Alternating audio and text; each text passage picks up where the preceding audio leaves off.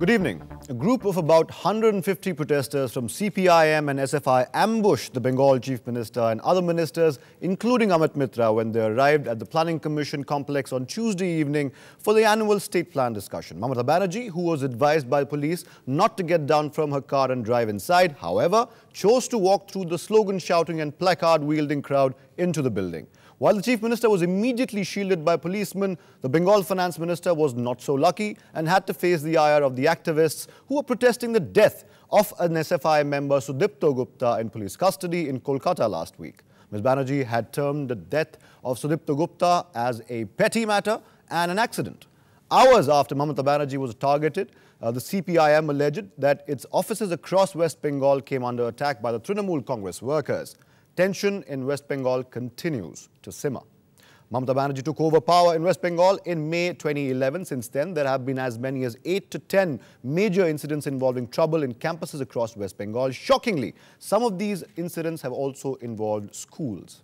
Ladies and gentlemen, tonight on The Big Picture, we discuss the politics of violence in West Bengal and pose the question whether the culture of violence has seeped in Bengal politics so much that it is now expected as the ineluctable truth of that part of the country. We'll talk about that and the need to bring about a change, an actual paribartan in the political mindset of West Bengal. And with me tonight will be D. Raja of the CPI, who will join us in just a bit. Jayanta, Ghoshal, editor of Anand, Bazar, Patrika, Congress State President for Bengal and Rajya Sabha member P. Bhattacharya, and senior journalist and a friend of the show, Mr. Bharat Bhushan, who's in the studio as well. I'd like to start, if I could, with Bharat. Bharat, is the onus now on Didi to end the political violence? Because no matter who started what, who started the violence, she is the Chief Minister, she is the Chief Minister of the day, and her government is in power. It is her duty, her Raj Dharma as some people call it, to maintain law and order in the state. Shouldn't that be her primary priority and concern, and not to play the blame game at this point? The onus is now on Ms. Banerjee now? It's not only an onus that is on the Chief Minister, but the fact is, if there's anarchy in West Bengal and if this anarchy spreads, it's a political threat to her party, the Trinamool Congress. So therefore, it's in her long-term interest to put an end to this, because in the urban areas, the opinion is already changing against her. So Calcutta will influence small towns will impact villages, and villages is where TMC is strong. Right. So, and we are already, there are 2 elections coming, a panchayat election, sooner or later, and then of course 2014, which could even be in November. The rest of the term is dotted with elections. Exactly. So you have to be very careful, and if the public mood goes against her, then she may even suffer erosion of support. Right. I want to come to Jayanta Ghoshal right now. Mr. Ghoshal, what is your take on the situation right now? Bharat says that her own, forget the onus, who the onus is. She could face trouble if this doesn't stop. I'm telling you, now there is a blame game. It's a tutu-mama situation. CPM is saying that Mamata is responsible, Mamata is saying... What I want to say, that there is a DNA of political violence in West Bengal. When Mr. Advani was Home Minister, there was a DG conference in Bigyan Bhavan. There was a report on political violence. And I found that day that West Bengal is a state where the political violence highest. Caste violence, communal violence, West Bengal is not there. UP and Bihar, it was more. But political violence, West Bengal is the first boy. And few days back, I met Mr. Sushil Sindhe, and I got a report, again from Home Ministry. Till today, West Bengal is the highest, in I want to talk about that. Why is that? Why is it the culture of violence has spread so fast? If you want to go to the root, if you want to go to the root, it will be very funny to listen. But N.C. Chaudhary, Nirot Sri Chaudhary, he wrote in his autobiography that perhaps Bengalis are not Vaishnavites. They are the devotees of Ma Kali, and they are Shaivites. And he analyzed the rift between Subhash Bose and Gandhi in that context, that so Gandhi was Vaishnavite. That there is a very funny, but I'm telling you that West Bengal, 34 years left was there. In 60s, left started it. And Mamata, when she was in opposition, she inherited that style of functioning of political violence, and she got the dividend. I want to get P. Bhattacharya in. He's been waiting patiently for a while. Mr. Bhattacharya, welcome to the big picture. First of all, I want to get your take on this. This is a pretty sad situation in Bengal right now. Political violence on both ends of the political divide, on both ends of the political spectrum. It's not good for politics in Bengal and the polity in Bengal. What's your take on it, and what's the Congress's take on it? Look, I can put it this way. I am sure of it that Mr. Ghoshal will agree with me.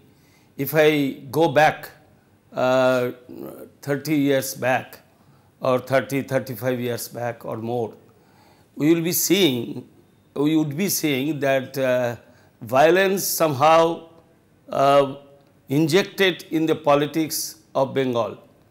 You see, if I can start it this way, in early 60s, while we had been in the university long, we have seen the Naxalite movement. We have seen the violence of Naxalite in Calcutta and surroundings, other areas, and spread all over the Bengal. We have seen the bloodbath. We have seen how many people were killed with this Naxalite movement that time in Bengal. And thousands of industries shifted from Bengal to other states. That was the biggest economic crisis precipitated in that time in Bengal. What about now, sir? I'm coming. As you have discussed this thing, that why this political violence are spreading all over the Bengal politics. Reason is this, it is the Marxist political theory what injected the violence in the politics in Bengal. I say it with confidence. While Dr. Bidhan Chandra Rai was the chief minister, that time there was a clash between the communist and the Congress, but there was no killing business. But while the left parties have started ruling the Bengal in early 67, we have started seeing that the bombs, firearms, etc. in the politics. Right. So, it is not only the, no, let me finish. Within a moment I will finish. And not only the flags, with the flags there were bombs and lathis and firearms and etc. So that time we have seen how it has created a typical atmosphere in the Bengal. So you're saying, So you're saying that the left ruling the state for such a long time injected this sort of culture of violence in Bengal. I'm sure Mr. D. Raja, when he joins on the show, will have a different opinion, but we'll wait for him to join the show. Till that time, I want to go back to Bharat Bhushan. Bharat, the absence of any economic or governance achievements at the state level, be it the CPIM who ruled the state for over 30 years or even a short period in Mamata Banerjee short period, the absence of all of those things, do you think that makes the state very ripe for extremely competitive politics, and that somehow translates into violence being, seen on the streets? That's one way of looking at it. But to say that there was no economic gains during left is also incorrect. And to say that Mamata's government was not a popular government, it was an extremely popular government when it came in. It still remains very popular in the rural areas. But I agree that violence seems to have been injected into Bengal politics by the left. And what happens when a political party is on the rise is all the lumpen elements, all the anti-social elements try and align with them because they get patronage benefits from the party in power. So there are lumpen elements on both sides. A number of them, they move across, they have no ideology. They move from CPM and they move to TMC. Plying their trade. Absolutely. But also what has happened there, it's such a highly politicized society that students' union elections have become a test case for who's got more support. And this round of violence which started, you can trace it to 60s, but you can also trace it to student union elections. Only when student union elections were postponed and the government said we'll look at the Lingdo committee report, that the CPM said this is an attack on democracy. And that's how, in the agitation, this young boy, Sudipta Gupta, died. And then the whole thing escalated. So this culture of violence was definitely injected by the left. But I'm saying there is a violent class, the lumpen class, which moves with those in power. And they are the people who throw the bombs and they are the people who wield guns. Jayanta Ghoshal, you know Bengal pretty well. No, actually, I absolutely agree with Bharat. I'm telling a small anecdote. BJP. In West Bengal, BJP is, non-entity. recent past, BJP, there was a demonstration of BJP and they burnt bus, major incident, and there was a dharna, hartal, negative movement. And I asked the BJP central leaders that how you gave permission to this sort of movement. It's a violent, militant movement, and this is not a BJP style. They said that in West Bengal it gives us dividend. Now BJP is getting prominence and getting dividends. I mean, BJP, who doesn't have any MLA, no MP in West Bengal, but doing this negative militancy. So they chose the violent route to actually I don't understand there. that what is the genesis and what is the what will be the consequence. What Mr. Pradeep Bhattacharya is saying, that is absolutely correct. That there is a flight of capital in Bengal from the 60s, 70s. But Buddhadev Bhattacharya, I will say that he tried to change the style of functioning of CPM, and once Buddhadev Bhattacharya said that Mamata Banerjee has inherited our deserted path. So he admitted that. So he admitted our deserted path. Yeah. So actually, but Mamata took that path, got the dividend. Now she becomes chief minister, and today I talked to her. She is in hospital. She said that I am against any sort of violence. And I'm condemning Presidency College incident also, although I think it is not Trinamool Congress, this, that, etc. But she is also saying against violence. We'll take a small break right now. I want to come back to this point. And violence begets violence. It's always been the case for centuries now. And there's really no point in asking who started what. And someone called it a descending spiral. Now, we'll come back and I'll put the question to my guests. Is there an end to this violence in sight? Is there a solution in sight? That's after the break and lots more. Don't go anywhere. Keep watching The Big Picture. Welcome back to The Big Picture. We're discussing the violent politics of West Bengal, both sides of the political spectrum indulging in violence. My guest seems to think that it was started by the left, then Mamata Banerjee reaped the dividends of that, but now she's in trouble because of the same. I want to go back to Mr. Bhattacharya again. Mr. Bhattacharya, the Congress in West Bengal and the Congress in general, nationally also, a couple of your spokesmen have come out with statement. Manish Tiwari said, and I quote him, whether it is our friends from the left or our friends in the Trinamool Congress or political parties across the length and breadth of this country, everybody needs to exercise restraint. The Congress response to this particular incident and the aftermath seems to be very cautious. What is the Congress thinking right now? Look, I can put it this way. Practically, it is a peculiar thing in Bengal that there is a myth. There is a myth that if you do the violence while you will be in opposition, you will get the dividend out of that. And if there is a movement, there is a peaceful movement, positive movement, you will not get the publicity in the newspaper or the media. Oh, so if you go to the violent movement, you will be getting all sorts of dividend from the press people and from the people also. This is also peculiar. I can cite some examples. In Bengal now we are in opposition. We are on the field. We are fighting every day against the misrule of the Mamata Banerjee's government. But that is absolutely peaceful. But the peaceful movement is less effective in the mind of the people of Bengal and the newspaper too than that of the violent movement. Right. So some people are encouraging me as the PCC chief. Why, Mr. Bhattacharya, you are not doing some sort of violent political movements in Bengal so that the Congress can be highlighted. And what do you tell those people, sir? I told them categorically, the era of violence is over. Now the Congress wanted to show the Bengal people that this path is bogus and we should not accept this path. If we go on again with this path, the development of Bengal will be sealed. Right. So we have in our mind to open the development-oriented politics in Bengal. Right, sir. So this is our motto, and we have been trying to Point taken, sir. Point taken. Bharat, Bhushan, let me ask you this. Public resentment against Mamata Banerjee has been growing. We've all seen that for a while now. People, especially the CPI and others in West Bengal, also see this authoritarian streak in her that they're not comfortable with and they're very surprised by now. But what can now be done to restore peace and sanity, if I could call it that, in West Bengal? What are the options before Ms. Banerjee? And do you think at some level, and this is the interesting part of the question, do you think at some level the TMC and especially the Chief Minister of Bengal seize this incident that happened in Delhi to achieve some sort of sympathy and play the victim? Do you think that's happening? You know, at least one newspaper has suggested this, what you're saying, that this incident in Delhi could have been avoided. The Delhi police did tell her to take a different route. She chose not to. She chose not to, and in effect provoked the crowd.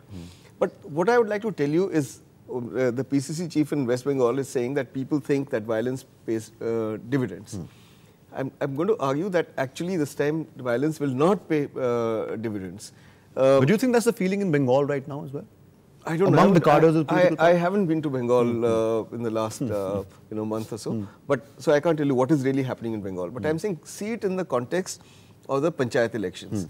And there are two parallel developments taking place. People are positioning themselves for the general election. The panchayat elections are being held in two phases, and all the Congress dominated, at least three of the Congress strongholds, that is Malda, Murshidabad, Uttar Dinajpur, are kept in the second phase. Why? Perhaps because they want to see whether they can win, TMC can win on its own. So that if there is at all a possibility of an alliance, which there still might be, then they can tell the reduce the number of seats of the Congress. Right. The left also wants to test its strength. If this violence continues, it does not help the Trinamool Congress. If anarchy spreads, this time there will be no dividend. There will be only loss staring them in the face. Because you do badly in the panchayat polls, you'll suffer in the general election. Yeah. So there are no dividends to be had this time. So therefore, it is in her own interest to stop this anarchy, to show she's a strong chief minister. But there seems to be a culture of impunity in West Bengal, where every political party thinks that democratic processes and democratic outcomes can be molded through intimidation, through force. Otherwise, why would you say that you don't want central paramilitary forces for panchayat elections? Right. Do you think, Jayanta, Ghoshal, that the TMC and especially their leader realizes this, that if this anarchy is allowed to continue, her party could be the worst affected? Yeah, they are now realizing because they are in power. When you are in power, the law and order breakdown, anarchy, it is not complementary for the ruling party. When you are opposition, you can show that responsibility, you can blame. Right. So actually Bharat, what he is saying, that is absolutely correct. And the Pradeep Bhattacharya, what he is saying, Congress problem is that Congress is a national party with inclusivist approach. I call it's a Shankar ki shadi, matlab Mahadev's marriage party. You can call everybody, that is the Congress approach. But actually the Marxian philosophy, there actually a lot of exclusivist approach was there. So violence, basically it's a lack of democracy, lack of dialogue, that means violence. So if you don't talk, if you don't negotiate with opposition, in Singur case also we saw that. There was a lack of democracy, there was no negotiation, there was no dialogue. So violence always will come when there is no dialogue. Right. So in West Bengal, that is the problem, that there is no culture of dialogue. Congress doesn't talk to Mamata, Mamata doesn't talk to Congress, CPM doesn't talk to Mamata, Mamata doesn't talk to CPM. It's a peculiar, but in Delhi I don't see that. BJP and Delhi, everyone talks to everyone. In BJP they, and Congress people also, they talk to each other in Central Hall. But in West Bengal, I don't understand. I have a follow-up question for you, sir. Since you know Bengal so well, even if we believe for a second, like some people believe, that the police in West Bengal under Mamata Banerjee is threatening freedom or freedom of speech or whatever it is. The CPIM has alleged that as well. Wouldn't the proper cause be, and we keep going back to the martial approach of the left, which they started in the 60s, even if they believe the police is becoming more authoritarian under Mamata Banerjee, do you not think protesting, say a silent protest, using social media as well, public discourse, instead of just this martial approach towards politics, do you not think that if TMC realizes that anarchy is not going to help anyone, why doesn't the left realize it? I'm telling you, there is a hidden anarchy in West Bengal. Already there is a hidden anarchy, especially in the police system. In police system, you know, when left was in opposition, they used to say that police is a class enemy. So there the class character of police, they used to blame. When they were in power, CPM, police, there was a joint venture. And they used police for that atrocity and violence. And then now, you know, the political organization in police It's very unfortunate, but very dominant in West Bengal. There There's is a also CPM organization, Congress organization. Can you imagine in other states? Yeah. But it is West Bengal, it is practical. It's a reality that there is a CPM cadre-based police organization, and Mamata Banerjee has banned it now. That political activities in police. You have a point and there. CPM has gone to court for that. Briefly, Bharat, we'll take a break after that. I only want to add to what Jayanta is saying, that all institutions of governance in West Bengal have been politicized. Okay, the police is politicized. There is hardly any institution. There was a time when the left was there, you could not appoint a maid or you could not sack a maid till you asked the Pada committee. Who was affiliated to. This whole business of panchayat elections being challenged in court. Why is there a tussle between Trinamool Congress and the State Election Commission? Because the Trinamool sees the State Election Commission appointees as people who were appointed by the previous regime. They probably suspect that they're following a CPM agenda. So it's every highly institution is highly politicized. We'll take another short break, ladies and gentlemen. We'll come back with my three guests as well, and we'll look towards the future, and if there's any chance of actually bringing about a real parivartan, what Mamata Banerjee talked about before she became Chief Minister of West Bengal. Don't go anywhere, stay tuned. Welcome back to The Big Picture. We're still discussing the situation, the political situation in West Bengal right now. Coming to you, Bharat, first, the culture of political violence is entrenched now in West Bengal. We understand that, and it's increasingly becoming clear that the political upheaval, as people call it, represented by the TMC coming to power in West Bengal, routing the CPM-led left front, has not brought a parivartan that she was talking about. The use of state machinery, of district and zonal party offices and armed cadres of political violence only seem to have changed hands. Would you agree with that? Yeah. I couldn't have put it much better. You look at the Presidency University violence. Could that violence have taken place if the police were not looking the other way, even if for a brief while? I don't think so. So the choice in West Bengal today is between the devil and the deep blue sea. It's either the TMC or the left. CPM, yeah. So it's no wonder that a lot of intellectuals in West Bengal are now wondering whether West Bengal has a political future at all. And the parivartan, if it has to come, it has to begin with the Chief Minister. She is the Chief Minister. She is in power. She has to stop being schizophrenic. She's in charge. There's nobody else she can blame today. Right. I want to come to Jayanta Ghoshal, but before I come to you, sir, I'll go to Mr. Bhattacharya. Mr. Bhattacharya, we don't have much time left, so very briefly, sir, I'll ask you this. Where does the Congress see its role in all of this? Like Bharat Bhushan mentioned, there are elections there coming up. There are lower level elections. There's the general election as well. There is the Panchayati Raj elections. What is the Congress strategy going to be? How is the Congress going to approach all these elections? Very briefly, sir, if you could. You have said me to say in a brief. Right, sir. Certainly, I am trying to do it as much as possible in a short way. But one thing I must have to say, that still in Bengal a Stalinist political atmosphere is prevailing.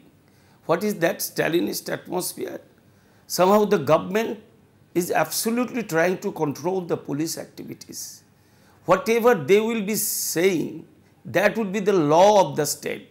That is the peculiar things are happening in Bengal.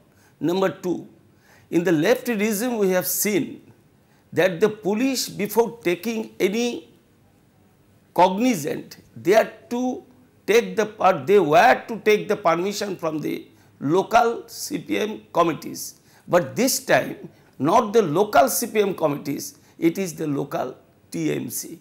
Why all these things are happening? Understanding all these things, we have approached the Election Commission and the Governor too. We demanded two things. Central Reserve Forces are to be deployed in all the polling stations, BDO office and STO office, so that our people can file their nomination papers. You will be surprised to know, in 16 districts I have seen, we got the complaint from the remote corner of the villages, right, sir, where we have finalized the candidates. They were threatened, their houses were looted, burned, they were killed. Right, sir. So we had no other option to go to the election commission. Right, sir. I want to come to Mr. Ghoshal now. I have just about a minute left. Mr. Ghoshal, I'll come to you. What Bharat said and what I suggested in the beginning was that there has been no real parivartan there. It just the violence, the cadres just seem to have changed party flags. Yeah, I will say hope against hope. That is the only thing I can say. That's a very grim scenario. Hope against hope, because the pessimism is not the solution. But one thing I will tell you, that CPM is also realizing that what happened in planning commission, that actually it has damaged CPM's prospect. And that's why from Alibuddin Street, Biman Bose, the state secretary, called Mr. Prakash Karat yesterday, and Buddhadev Bhattacharya was sitting beside Biman Bose. They said that why this demonstration took place by the Delhi party unit without the permission, without the consent of the state West Bengal unit, because you have the demonstration is on the West Bengal issue, and you have not taken permission from Alibuddin Street. Actually, so CPM is also realizing when the growing discontent in West Bengal is there against Mamata Banerjee, right? And now this sort of violence cannot be complementary to the CPM's so hope against hope is what you're saying. I think that's when we have to end the show. I must thank all my guests. D. Raja was supposed to join us, give us the left perspective, but unfortunately couldn't be here with us. Maybe next time we'll ask him the same questions I asked my guest today. Bharat, Bhushan, thank you so much for joining us. Jayanta, Ghoshal, thank you so much for joining us. Mr. P. Bhattacharya also joined us on The Big Picture. That's all the time we have. Hope against hope is what my guest seems to think for the future of the political future of West Bengal. Let's really hope that some sort of real parivartan does come about. There are elections coming up in West Bengal, and we'll have to wait and watch whether that really happens. Athar Khan saying goodbye, good night, and thank you for watching.